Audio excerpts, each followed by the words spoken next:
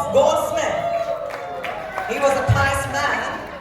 He was doing his family business with utmost sincerity, devotion and honesty. He was an ardent devotee of Lord Shiva, whose temple is situated on the Mahadwar of Rukmayi Temple in Panduranga. He firmly held Lord Shiva in his heart and chanted Namah Shivaya Panchakshara.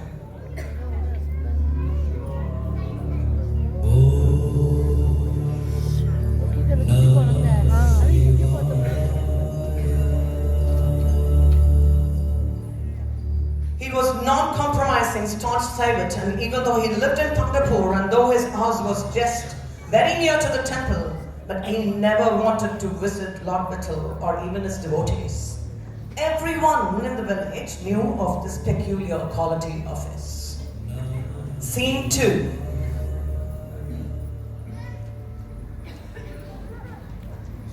One day, a trader, Vittal Das, and his wife decided to visit Pandurpur, and they travelled all the way to Pandurpur for Lord's Vittal Darshan.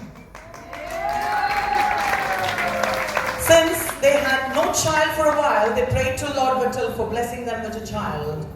He made an oath to return for darshan once they were blessed with a child. Also, he promised to offer a golden waist to Lord Vittal. And thus, they took his blessings and left. Scene 3.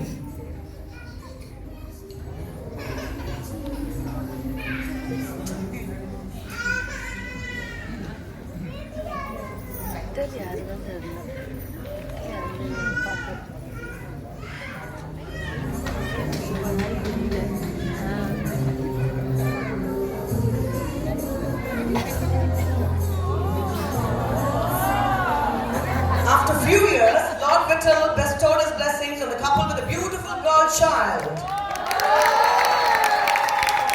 He brought happiness about the whole family, and as promised, Vittal Das remembered to fulfill his vow and prepared to go to Pandurpur. The families were very happy and left to Pandurpur. Scene 4.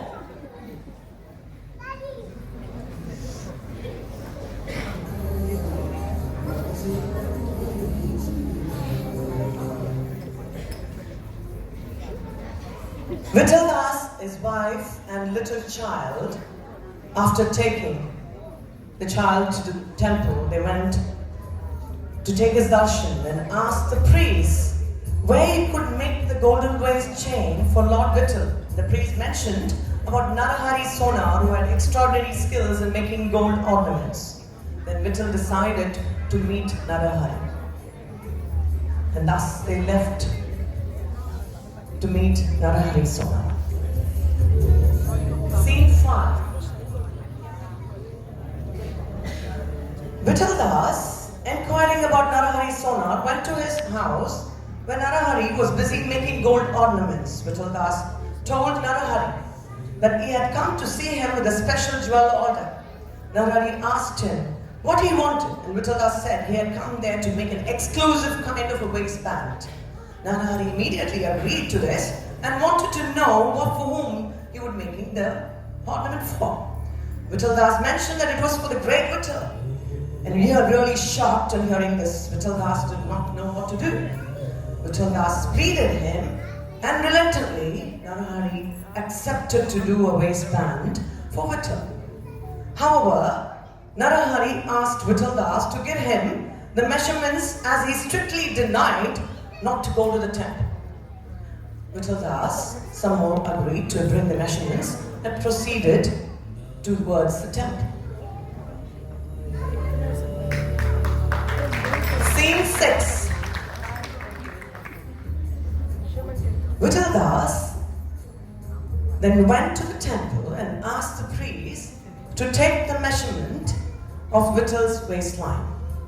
The priest measured it with the help of the thread and gave it to Vittal Das. He proceeded towards Narahari Sonar house to make the waistband.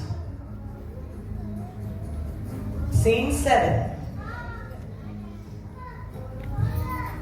Vittaldas came to Narahari's house and gave the thread to Narahari's sonar. He took the thread and he was happy to make the waistband.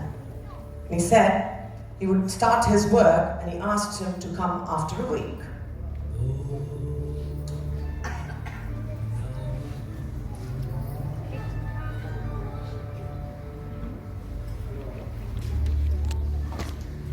After a few days, Vittaldas went to receive the hip chain from Narahari's sonar. As it was ready to be offered, and that jewelry came out so beautiful and dazzling with excellent workmanship, and Vittaldas was so pleased with it and gave him the cost.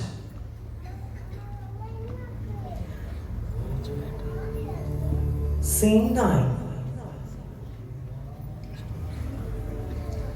On an auspicious day, Vittaldas with his family, his wife and his daughter, took the ornament to the temple and made elaborate puja arrangements and offered it to Vittal. So on seeing the ornament, the priest took it from the man and offered it to the Lord. But unfortunately, the ornament didn't fit the Lord and it was tied. The priest gave it back and Vittaldas was upset. And he decided to go to Narahari sonar.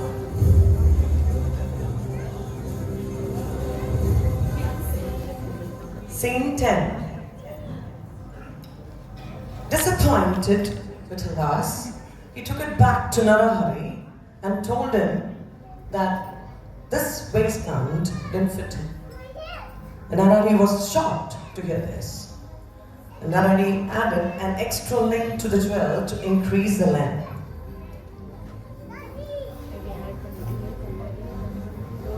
And he gave it to Vittaldas. He was happy and he said, "We'll go and change." Scene 11.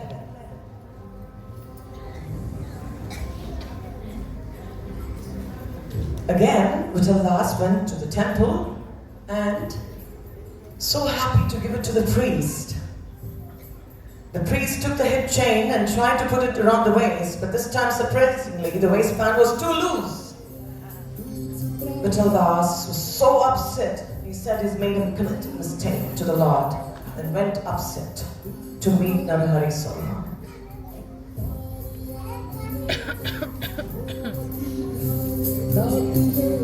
Scene 12.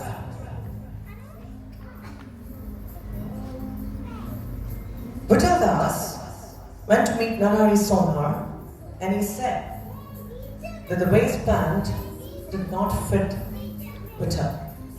Narahari was shocked to see the Vittaldas' reaction and he instantly asked Narahari sonar to take the measurements itself. Narahari got angry. He said no, he would never go to the temple. But Vittaldas was adamant and told him that he would blindfold him and take him to the temple. To which Narahari agreed. Vittaldas then blindfolded him and took him to the temple. Scene 13. Everyone was so surprised that Narahari was taken by Vittaldas to the temple, blindfolded. And he took a thread to measure Vittaldas' waist and began to his work. While touching Vittaldas' body, he felt Vittaldas wearing a tiger skin. This made him curious. Then he held his hands and felt an axe, trishul, drum, all of Shiva's paraphernalia, and that made him very suspicious. He felt Rudrakshamala around his neck, crescent on the gadgets, his third eye on his forehead, snakes around his neck. Having felt all this so anxious, seeing Lord Shiva, the very next moment he removed his blindfold with great expectancy, but he was utterly disappointed to see Lord Vishnu instead of Lord Shiva. At first he felt as if he had made a great mistake. Immediately he closed his eyes with his arms. But he felt again Lord Shiva's presence in front of him. He then understood the Leela of God and prostrated to Lord Shiva with her. Narahari immediately cried out to forgive him, and he had gone great mistake. He didn't realize Hari and Shiva are the same. After realizing that Narahari with great love offered the waistband now to Lord and praying to utmost devotion. Everyone was astonished by his surprise. He finally fitted the Lord with her. From then on, Narahari became devoted to Vitala, whom he realized was Hari and Shiva in one form, and that voice was heard from Sanctorum and Sanctorum. This Leela was performed to show all through you that there is absolutely no difference between Vishnu and Shiva, who are both aspects of the same Parabrahma. This story thus ends the Narahari song.